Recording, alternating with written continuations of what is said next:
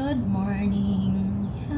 Ito na po siya. Napakaganda na ng kulay. Ready to eat na po. Yung jade garlic at pickled garlic natin. Look how nice it is. Okay, buksan nga natin. Wow, tigas. Wow. Yan, look. See?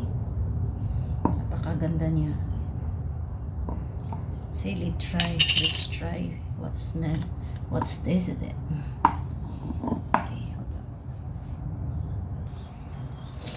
Try natin ng kahit isang piraso. Dalawa ba? Okay. Yan. Ang sarap.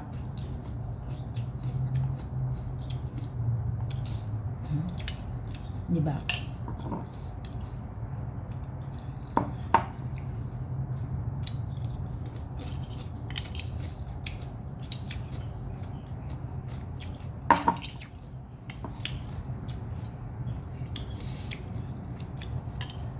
Nawala na yung ano niya guys, yung spongy smells ng garlic, yung sobrang tapang pag kinagat mo.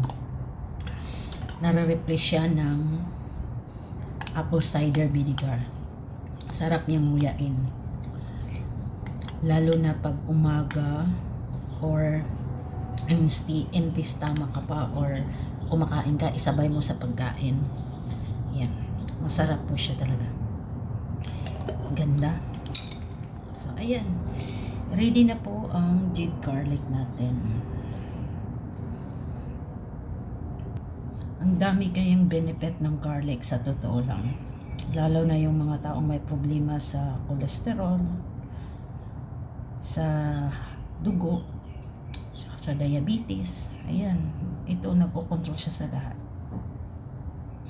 Tsaka like me na medyo mahina yung immunity ko, one of this is boosting your immune also. So I try to eat 2 or 1 pieces a day.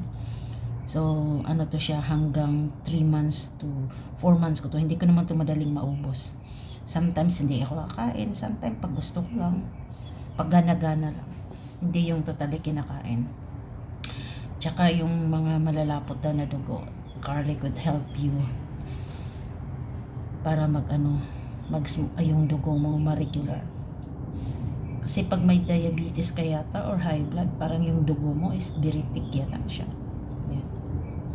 Yeah, garlic will help you. Kaya kain kayo, gumawa kayo, napakadali lang kaya nito. Tsaka marami siyang benefit. Lalo na ngayon yung panahon paiba-iba. Malamig, mainit. So, yung katawan din natin nagluluko. So, ayan na siya. Diba? Sarap. So guys, gawa kayo. Dami na yung benefit. Huwag niyong panghinayangan yung pera niyo na gumawa nito. Then, kayo naman ang magbe-benefit. Yes, aminado ako na hindi ho kagandahan yung kalusugan ko. But, at least, I try something. Okay. Na matutulungan din sarili ko. Ayan. Yan guys, gumawa kayo. Yan na po itong, natin, jade garlic. Diba?